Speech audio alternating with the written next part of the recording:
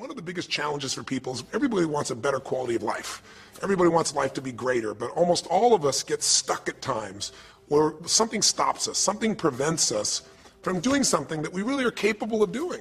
Whether it's turning around our body or shifting a relationship or turning around our finances or maybe just being happy and fulfilled at a different level, we get stuck with a belief of how we're not supposed to be, what we're not supposed to do, what people won't accept, what we're not capable of. Or maybe we get stuck in an emotional pattern of just being pissed off or frustrated or worried or sad or overwhelmed.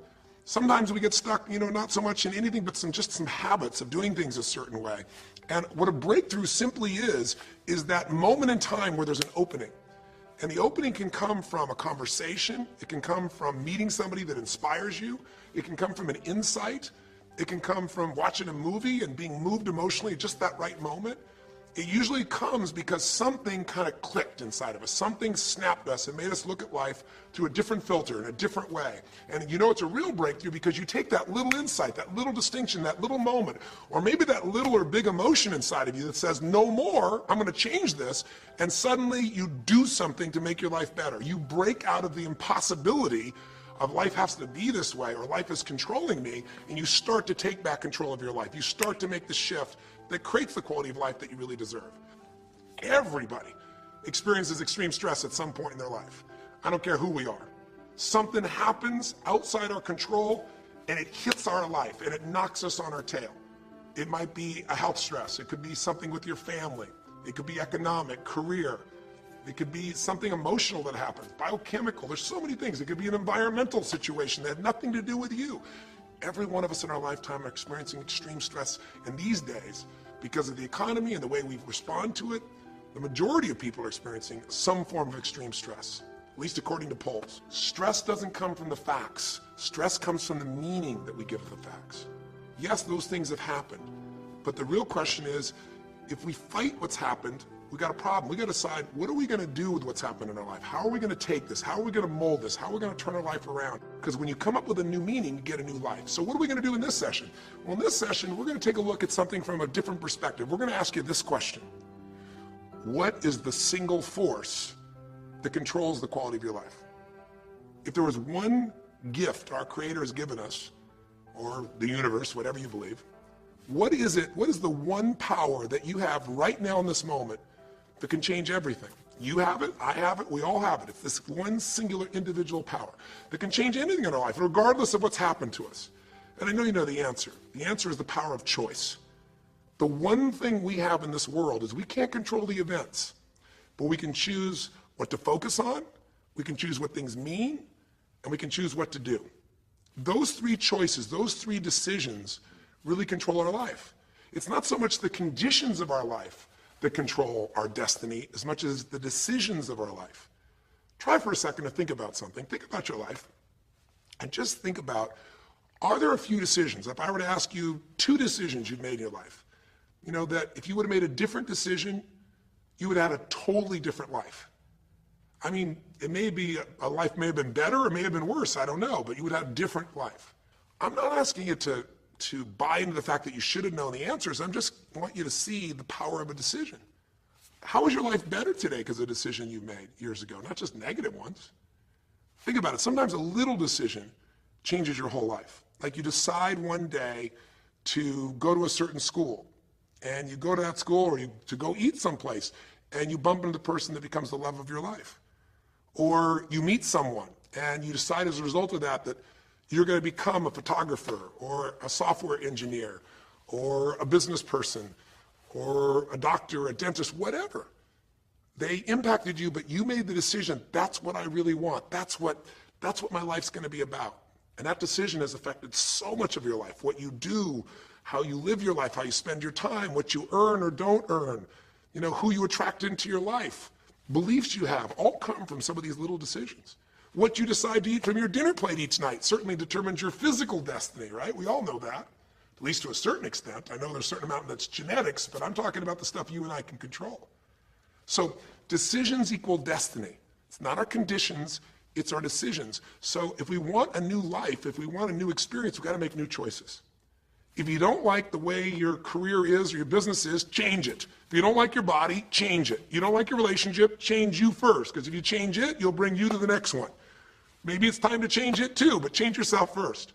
If you want to change anything in your life, you have the choice. So there is no right or wrong. I just want to make you aware in this breakthrough session that everything in our life changes the moment we make a decision. And I mean a real decision. A decision is when you cut off any other possibility and you commit to something with everything you've got and you take action. But the big decisions start with little decisions like, what am I going to focus on? Because whatever you focus on, you're going to feel. If you focus on all the things that have been done to you in your life, of course you're going to feel like hell. If you focus on all the amazing coincidences that have happened, things that maybe they were guided, maybe not, but things happen, and because of that, you met this person that's your best friend, your husband, your wife, or because of that, you have this ability, or because you were there that day, God, you missed an accident. I don't know what it is, but whatever you focus on, you're going to feel. If you focus on people don't care, and you'll look for reasons why they don't care, and evidence they don't care, you'll find it everywhere. If you look for evidence that people are really good people inside, that at some level we all care about each other, you'll find it. Seek and you shall find.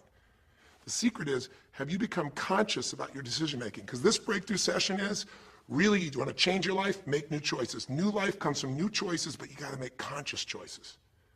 The people in this particular television special, Melissa and her husband, they really found themselves in a place where they were both making decisions, Melissa and Rick, that were unconscious. When you make decisions about what to focus on and what things mean and what to do, and you're unconscious, you get pretty terrible results usually. Now, we've all done this. I do it still. We all do. But if you want to change your results, you got to become more conscious in your decision making. So think about it. What you focus on, you will feel. Whether it's true or not. You focus on how people don't care, you're going to feel they don't care. Second decision you make is, what do things mean? So you focus on something someone does and you come up with a meaning, and the meaning is, no one loves me. The meaning is they're trying to take advantage of me. Depending on what meaning you come up with, and you get to choose the meaning of anything. For some people, they say, this situation happened with the economy, and what that means is, I'm going broke. Somebody else said, this situation happened with the economy, guess what? That means I'm going to work harder, I'm going to be more creative, it changed everything. Everybody else is going to quit, so we're going to dominate the marketplace. For people to do it. Is this the end right now, or is it the beginning? See, whether it's the end or beginning is your choice. You get to decide, because once you make up a meaning, it's true. If you think that this is the end of a relationship, are you going to treat people the same way as if you think it's the beginning of a relationship? No way. In fact, I tell people, if you want to have a great relationship, think about this. Treat people like you did in the beginning of the relationship, and there won't be an end. In the beginning of the relationship, when somebody says to you, would you take out the trash? What do you say? Of course, take out the trash. You're happy to do anything, right? But after about 6 months or 6 years, you go take them out the trash. You go, what do you mean? What, I look like your janitor? Take out your own trash. The meaning we give things is very different, and so we feel different, and our life is different. In the beginning, you'll do anything for someone. Now you make up a new meaning. Why should I have to do that for them? Little choices, like what to believe about yourself, what to believe about other people, whether this is the end or the beginning, start to affect your whole life. And the third decision we make, we decide what to focus on, most of us unconsciously. We decide what things mean, and the third thing we decide is, what are we going to do? We decide to quit because it's overwhelming. We decide to get strong and focus. We decide we're going to turn it around.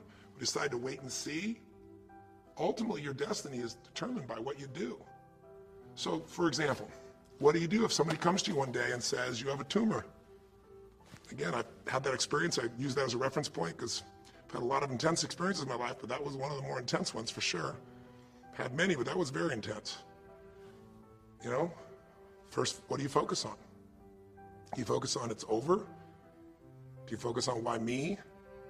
Do you give it a meaning that says, I'm going to die? What do? Do you just go through traditional therapeutic approach? Do you put yourself in the hands of someone else? Do you evaluate this? Do you get a second or third opinion? Your destiny is determined by your decisions.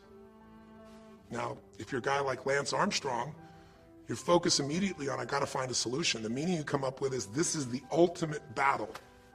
And what you decide to do is you're going to exhaust every possibility. Now, that doesn't guarantee you're going to succeed, but it's interesting. When you have that kind of a mindset, it shifts you. And Lance Armstrong, I mean, he was told things like, look, you got tumors here in your brain, you got them in your lungs, right? You got obviously in testicles and you ride a bike for a living. That's pretty tough. But he made it through all of those pieces. Now, am I saying because he made the right choices? I can't tell you that. There's certainly some grace in everything. I think in life, there's three things. There's our ability to choose what we're focused on, or to commit, to get a result, to put all our intention and focus into something. There's our ability to do the right things, to have the right strategy, to execute. And then there's some grace. There's what some people call luck, some people call grace. There's if you do the right things over and over again and with total focus, sometimes, you get good fortune that comes your way. And you tend to have more good fortune when you're totally focused and decisive and you take lots of action than if you kind of just sit around and accept things like you don't have a future. But the point of the matter is this guy turned it around. What was he like after he got through this problem? After he had his breakthrough, after he faced cancer, racing against some other guy seemed like nothing by comparison. You're not much of a competitor. I faced death. And he goes on to win Tour de France after Tour de France after Tour de France, breaking every record anyone could ever imagine. What do you do decades ago, half a century ago almost now, and someone says to you, go to the back of the bus, and you're African American? One woman just decided, you know what, you can't take my dignity from me. I can only give that up, and I don't choose to give it up, and I will not go back to the bus. The answer is no. And Rosa Parks changed an entire society. Because that day she chose to focus on something else. She gave it a different meaning. This is not a command. You do not have control over me. And she decided to fight. And she changed the direction of a country and of many other countries. She started something. We forget that you don't have to be famous to have the ability to change at least your own personal history, to change the direction we go in our life. We have the power to choose, even if you haven't before. You can finally say, no more. I won't put up with that, within myself or from anybody else. And here's what I'm going to do differently. That's where the breakthroughs really start to happen. Now the question is, why do some people stand their ground and make something change versus other people just kind of accept things? Why do some people make bold decisions and other people make decisions that are based on trying to hang on to what they've got? Well, that's a more complex question to answer than we might have in a few minutes in this one session, but it is one that I've spent my life studying. Because when you can change your decisions, you can change your life. When you can change the force that controls your decisions, you can change anything in your life. At some level, we have certain beliefs and values. But if I was going to make it simple, I'd say there's two things that determine your choices. The first thing is the state of mind and emotion you're in at that moment. Think about it. Have you ever snapped at somebody and had nothing to do with them? It was just the state you're in, right? You were frustrated, you were pissed off about something, and in that state of mind, whatever they said got interpreted to that state, and you made up a meaning like they were an irritant or they were interrupting you. They weren't. You probably felt bad afterwards. When we get in the wrong state, we make the wrong decisions. When you get in a strong, empowering state, you'll make a better decision. Learning how to direct your state is a big part of what my work is with people, and it's a big part of what I do in my seminars. But the other thing that affects your decisions would be what I would call your story or your blueprint. We all have kind of a story about how our life is supposed to be. It comes from a set of life experiences, interpretations. Some people think life is all about getting theirs. Some people think life is about growing and contributing. Some people think life is about making judgments. Some people think life is about saving other people's lives. Some people think life is about being successful. Some people think God is the basis of everything, and the way to know God is to go through life in a very specific way with a set of rules, and they follow it. And that's what they believe. Whatever your story is, whatever your blueprint is just another way of saying, whatever you believe is how your life is supposed to be, at some level, we either follow that blueprint or we fight it. If we follow it or we fight it, we're going to find that we're going to bump into things in life where life isn't always the same as we expect it to be or think it should be. And that's where we start to experience stress. So in this session of Breakthrough, when you watched this story and you saw Melissa, you saw the conflict between what she desired most and what she feared most. I really believe life is the dance between what you desire most and fear most. That's where you find where we live our life. The dance between what you want most and what you fear most. That's where all that energy is in life. So what does she want? She wants to be famous. She wants to be able to sing and have everyone hear her voice and be able to touch everyone. She wants to contribute. She wants to share her gift. And she definitely wants to be famous and successful. She needs to be closer to her children. And one of the big challenges in life is oftentimes what we want and what we need are two different things. She has 5 boys. They're all extremely young, as I'm sure you saw. And she has a husband. And while they're all supportive of her going on this journey, somewhere along the line, she lost that connection to what was most important. Now, is she a bad person to make bad decisions? No, good people make bad decisions when they get in lousy states, when our ego gets involved, or when we start believing our story. And here was the story she had. Being a mom's important, but the bigger gift God gave me is my singing voice. And once we get seduced into a particular story, and we start to believe it, it takes a hold of our life and it controls all of our choices. And then pretty soon, bad choice on top of bad choice on top of bad choice starts to affect our life. Can you relate? How many times have you made some choices that you wish like hell you would have made a different decision back then, or that no one ever knows the stupid decisions you made? I know I can relate to that. So what I want to talk to you about today for this brief little session is how to break through a crisis. Crises happen, whatever type of crises you go through in your life, and I know you've had many, when we make some choices unconsciously and we get consequences. And we make them unconsciously because we're trying to get what we want. We don't really know what we value most. We don't know what we need. And we find ourselves waking up one day and going, why is my life this way? It's kind of like life is always calling to us to constantly grow and improve. You know, if you're going to look at what's going to make life work, it's really simple. What makes people happy is progress. We're happy when we're progressing. If you're overweight, but you leave today and you say, you know what, this breakthrough thing, what I got out of today for me more than anything else is, I've been stuck waiting for some magical diet, some magical exercise plan, some magical time in the future when we have more time. There is no more time. I don't need to wait for that. I'm just going to make a decision today to get started. I don't need to go out there and go interview 20 trainers and get online. I don't need somebody to give me a perfect plan. I need just to pick up my shoes and start walking. I need to just get somebody behind me who just goes, run!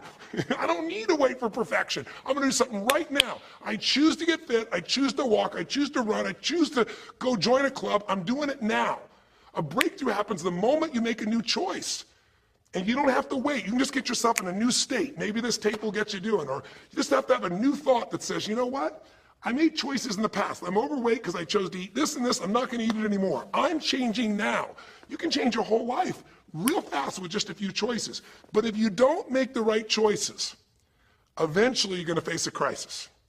Crisis is when you made so many poor choices that sooner or later life shows up, and instead of asking gently for you to change and improve, to grow, to make progress, to be happy, life, when it's a crisis, now demands change. It isn't asking anymore. We borrowed money as a society and we overspent and we talked about changing and we knew we had to change, and now a crisis happens and guess what? Nobody has a choice. The game has changed. And what crisis does is it melts us down. It melts us down so that we can recast our life. We can remold ourselves. And usually on the other side, our life is greater because as we go through that crisis, we have to grow. Everybody wants change. Nobody wants to do it. Everybody, I should say, wants progress, but nobody wants to change. Everybody wants their life better, but nobody wants to do the push-ups, the running, have the economic or emotional discipline to make it happen. But if you're watching this right now and you're still with me, some part of you wants more. And I'm saying to you, choose it. And the way you're going to choose it is really simple. If you're in that crisis, what keeps you in the crisis is probably because you're being reinforced. Most people, they overeat, or they smoke, or they drink, or they yell at people. They keep doing it because they're rewarded. Whatever gets rewarded gets reinforced. Whatever habit or behavior is reinforced becomes a habit, and then pretty soon, do it long enough, it becomes part of your personality, and pretty soon you think it's who you are, and you just keep living that way. I mean, it's easy to see this in other people, right? It's easy to see how messed up they are and how easy they could if they just make some new choices. All you got to do is turn on the television, some news program, some entertainment program, and you'll hear detailed descriptions about some person who is a very powerful celebrity who is doing some stupid thing. Why do we see all this stuff on television? Why do we hear about every person you can imagine, from Lindsay Lohan to Britney Spears to all the way back to the old days it was Elvis or Michael Jackson or whoever it is that's in the news today in this stage of life in your country as you're watching this? It's because we want to see other people who make bad decisions so we can feel better about our own. But the reason those people don't change, Lindsay Lohan, she's got another DUI. She's putting herself at risk. She's putting other people, or she could kill someone. She goes to jail, it's supposed to be 90 days. But here's the consequence. It goes to 2 weeks. And before she even gets out of the jail, she makes a deal for an interview and gets paid $1 million when she gets out for the interview. What do you think the chances of her changing when her bad behavior gets her $1 million, and I don't know if she even makes that for that much time of acting at this stage?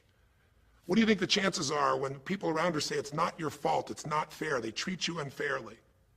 As long as we have the decision that we're not responsible, it's not our fault, we can't change anything. We have no power. So I don't know by the time you watch this if Lindsay will have changed, but if she did, it'll be because the enablers are gone, she's taken responsibility, and she's found something she values more than attention and money for bad behavior. Now, it's easy to look at that with her, but what about you and I? Where are you and I addicted to our problems? Where are you and I reinforced? So many people, when they have a big problem, listen, if things are going well, you say, oh, it's going so great. Your friends go, well, that's great. And after a while, they go, well, easy for you. But if you got a problem, people go, hey, I understand, and they connect with you.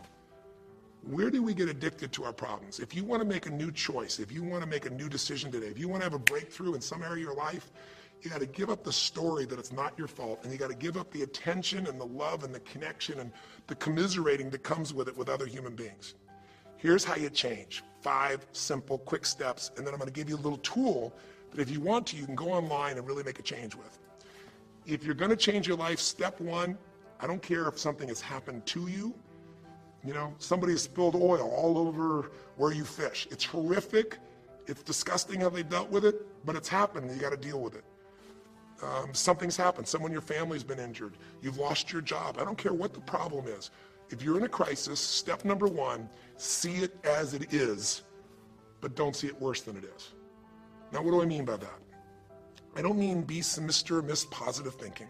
By now, if you spend any time with me, you know I'm not about that. I'm not here to tell you, go to that garden and chant, there's no weeds, there's no weeds, there's no weeds. Doing affirmations is not going to change your life. You got to go see where the weeds are and pull them out. My point is simple. You got to see what the problem is, but you can't make it so horrific that you just give up.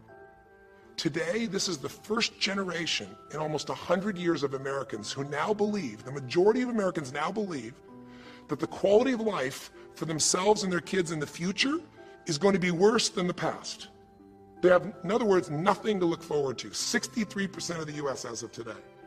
Wow.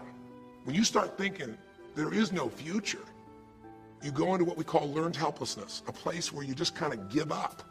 And if you get to that place of giving up, then you have no power over your life. That's when people get depressed. That's when people do crazy, stupid things. That's when people want to turn to drugs or alcohol or sometimes suicide or just total frustration and anger, and their life starts to do the opposite of a breakthrough. It becomes completely stuck and in pain or in ongoing suffering.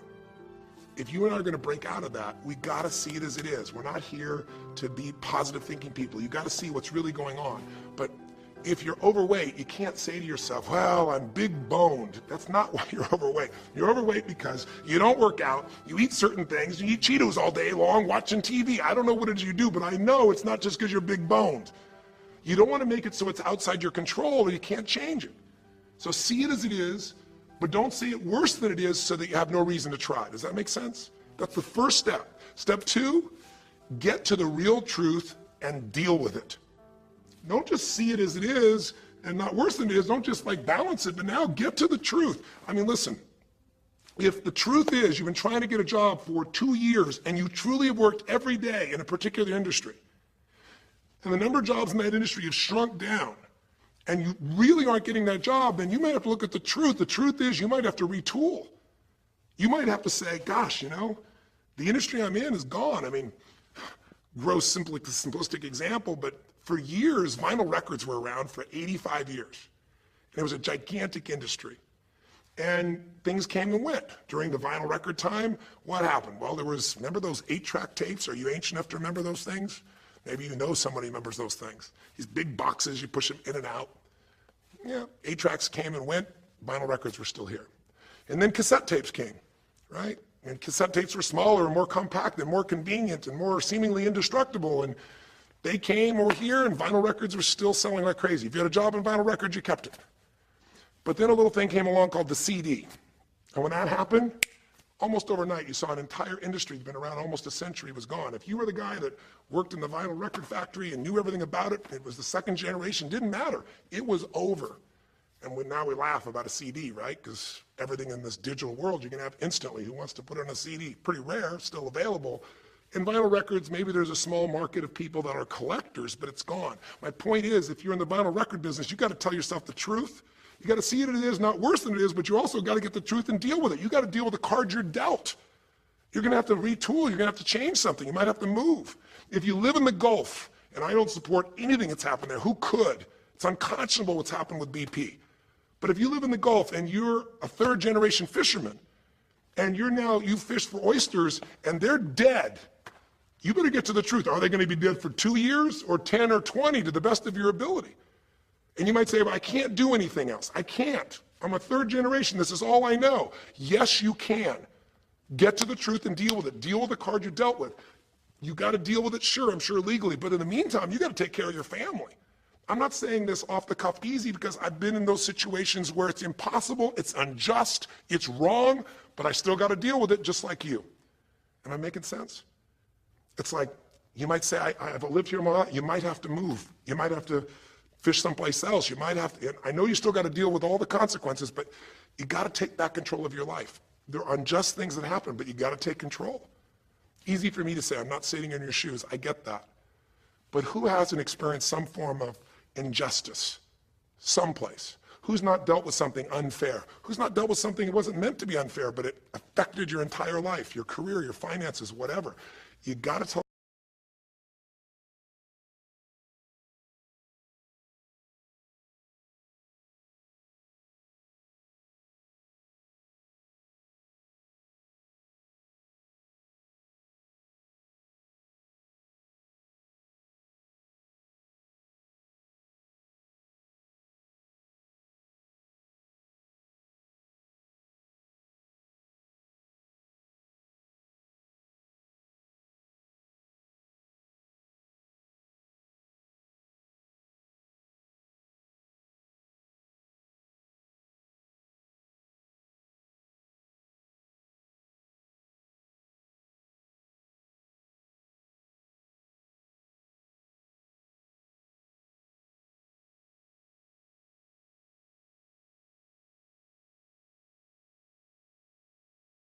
stories and gave myself excuses, or I've not had the courage, whatever it is, get to the truth, and then get yourself a vision for what you do want.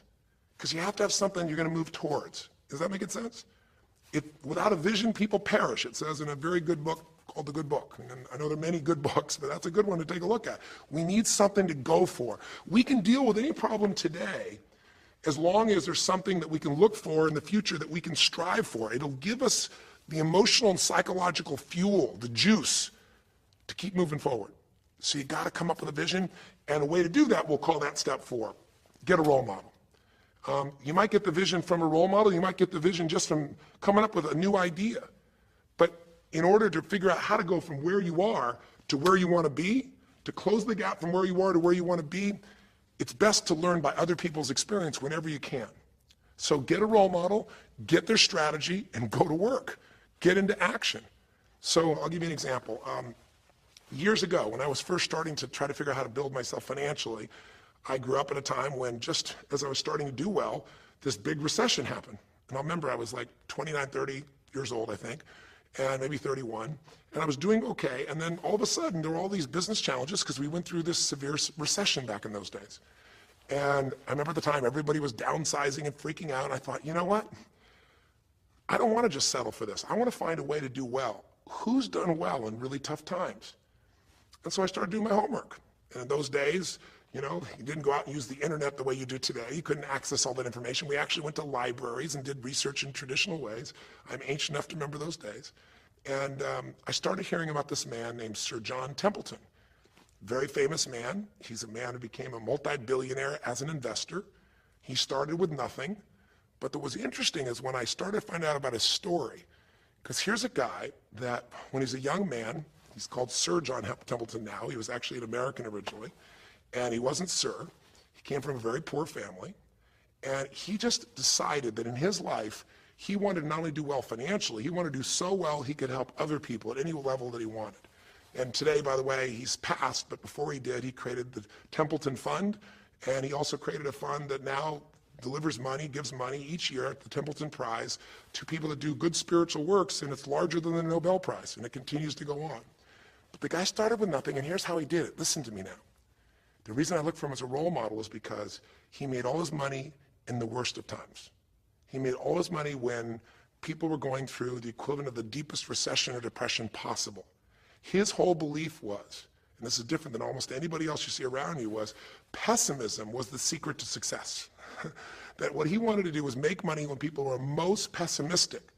Because when people are optimistic, they want you to pay for their house a huge sum of money. But as they start getting more and more pessimistic, where pretty soon they think they can never, the house is the worst thing to have, they'll virtually give you the house. They'll virtually give you the business. And so he made all his money starting in World War II. When the war broke out, when Hitler invaded over in Europe, he took all the money he had and borrowed a total money of $10,000, a total amount. He bought with $10,000 every stock on the New York Stock Exchange that was $1 or less that he thought might be useful, including some companies that looked like they're going to be bankrupt. But he did it when people were the most pessimistic. Because if you recall, it looked like Hitler was going to take over. It didn't look like we were all going to be the winners. It looked like Hitler was going to dominate. And when people were that scared, they would give up anything they had just to get a little bit back. And so he bought all the stock that eventually made him a multi-billionaire. He became a billionaire because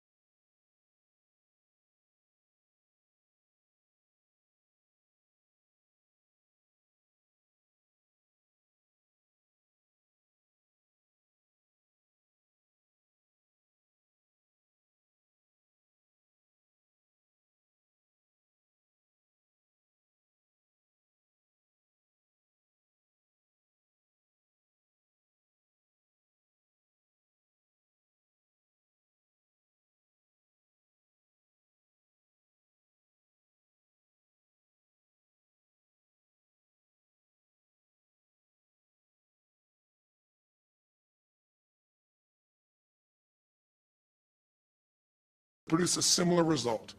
Make sense? And then finally, the fifth step, look, if you're in a situation where you see it as is, but not worse than it is, if you've told yourself the truth and you dealt the cards you're dealt with and just decided you're going to change it and you're willing to do what's necessary, if you put yourself in a place where you got a new vision and you gotten yourself strong, if you got a role model and you got some strategy and you got yourself into action, step 5 is give much more than you expect to receive. Simple as that sounds, if you find a way to meet people's needs in business, in an intimate relationship, meeting your kids' needs, anybody's needs, the whole game changes. What happened here when all of a sudden, Melissa finds herself coming home and all of a sudden she finds out that while she's gone, her kids now don't want to talk to her boys, her husband has had an affair. Well, none of that could change if she would have just said, you know what? My whole life is over, I'm done. And oh, by the way, I've just lost my career too because while I'm busy trying to deal with my family, I didn't finish the record, so I lose my record deal. And oh, by the way, we don't have any financial stability, now we're losing our house. If that family would have just said it's over, if Melissa or Rick either just said it's over, it would have been over. But they told themselves the truth. We got severe problems here, but they didn't make it worse than it was. They didn't say we can't turn it around. And then they got to the truth of the infidelity. The truth of her addiction to going after fame instead of being a mom. The truth that neither one of them had been really competent at parents and had not given the energy to the kids that they deserved. The truth will set you free, but first it'll piss you off. It doesn't feel good, but not feeling good is sometimes where you get your drive to change things. They started looking around and said, we don't have the skill to even manage our house, much less our finances. We got to do something different. We got to focus on our kids. We got to focus on turning things around. We got to turn our relationship around. But that wouldn't have worked unless they got a vision of starting to see, it could happen. And that's what I helped them with. I helped them get to the truth. I helped them to stop over-exaggerating. I got them to a place where they got to see that this relationship could be back alive and passionate, and that these kids deserve both their parents, and that she really could be a great mom, and that maybe in the end she could even still have her singing career and enjoy it too, that she didn't have to give it all up. And I'm really proud of her. She did it because she found a role model. She got a vision, but she got a full role model. And the man that she works with today is a man that's sold, I think now 5 million or 10 million records. And most people outside the country business don't know his name.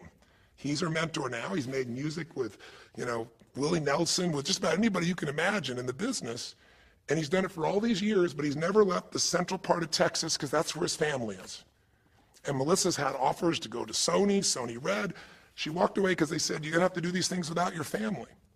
She found out what was most important, and she made the decisions that met her needs to be a great mom. When you fight life and go, I should be a singer and not a mom, and you got 5 kids, you got a problem. When you fight life and say, the economy should be different, you're gonna be stressed.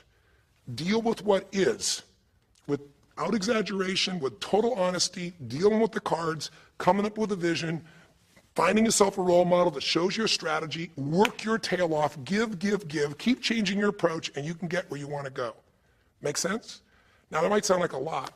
So to get you started, here's what I'd like you to do for this session. Start out, if you want, by taking a big crisis or problem you have and going through these steps, saying, okay, what's really true? And let me exaggerate, let me stop the exaggeration. Let me not make it worse than it is. Just let's define what's true. Let's stop the story, just here's what it is. We got this much financial challenge. We got this physical challenge, whatever it is. And then go to step 2. All right, let's find out the truth. Let's get the details. Let's get the details and figure out what we're gonna do. And then here's where we're gonna go. This is where we're gonna eventually get to. It might take us longer to get where we wanna go, but we're gonna get here. Who's done it that we can model, that we can follow the steps in, who can coach us? And let's just work our tail off and change every day. But to give you a quick jump, sometimes when you're in the middle of crisis or crises, multiple crises, lots of things going on simultaneously, it feels a bit overwhelming. So, and you might not know a role model. You might say, Tony, I don't know who. Well, not hard on the internet these days to find role models, or come to an event. I can promise you we can show you plenty of role models. This is what I do for a living. But what you can do right away is you can model yourself. Think about it. Almost everyone alive has been through more than one tough time, crisis or multi-crises, where you're having a problem financially and you're having a problem with your family and you're having a health problem all simultaneously. Those are the intense ones, right? But if you're standing still today, most of us have found a way to get through it. And if you don't, you know someone who went through a tough time, a grandmother, an aunt, an uncle, somebody. The greatest way to make that change happen, when you break out of a, break through, you break out of a problem, you break out of a crisis, is model yourself. So we have 5 questions when you click on this link. And you can do it by video, so you can see yourself, and you can share it with other people, or you can type in the answer. I'll tell you in advance what they are, and then when I'm done here, I want you to do it right away if you would. The first question is, what's been one of the toughest times in your life? What's been one of the toughest times of your life that you did get through? Maybe it was a financial situation. Maybe it was a career situation. Again, maybe it was an intimate relationship where you were crushed. You thought you could never make it through all the pain you went through there. Maybe it was a physical challenge, a health challenge. Maybe it was a lack of confidence or ability. I don't know what it was, but what was it just incredibly tough time that you did make it through? And you're just gonna jot it down.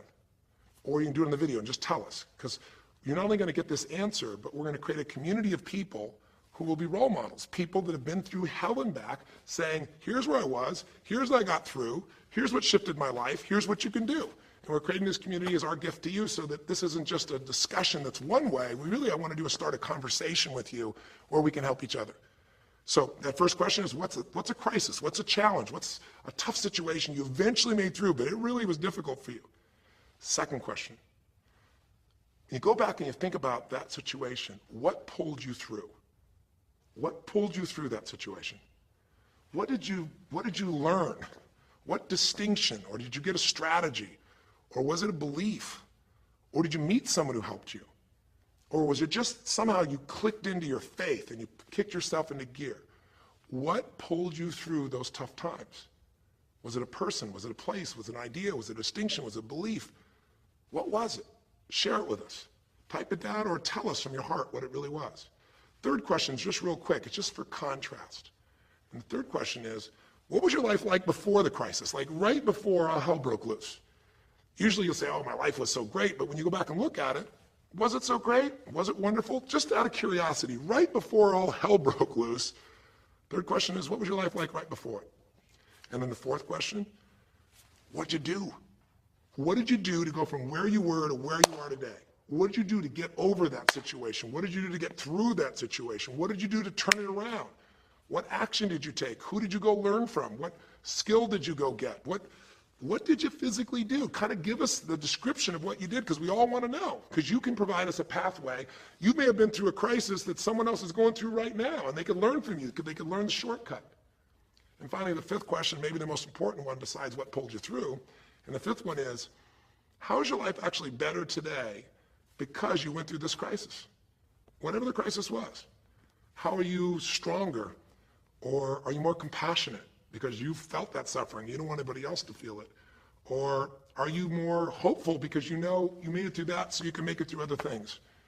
Or are you in a situation where you've got a skill today that you didn't have and wouldn't have had if it wasn't for that situation that made you have to grow? Or are you just happier today because you have a contrast of what life could be like, and so now you appreciate the simple moments?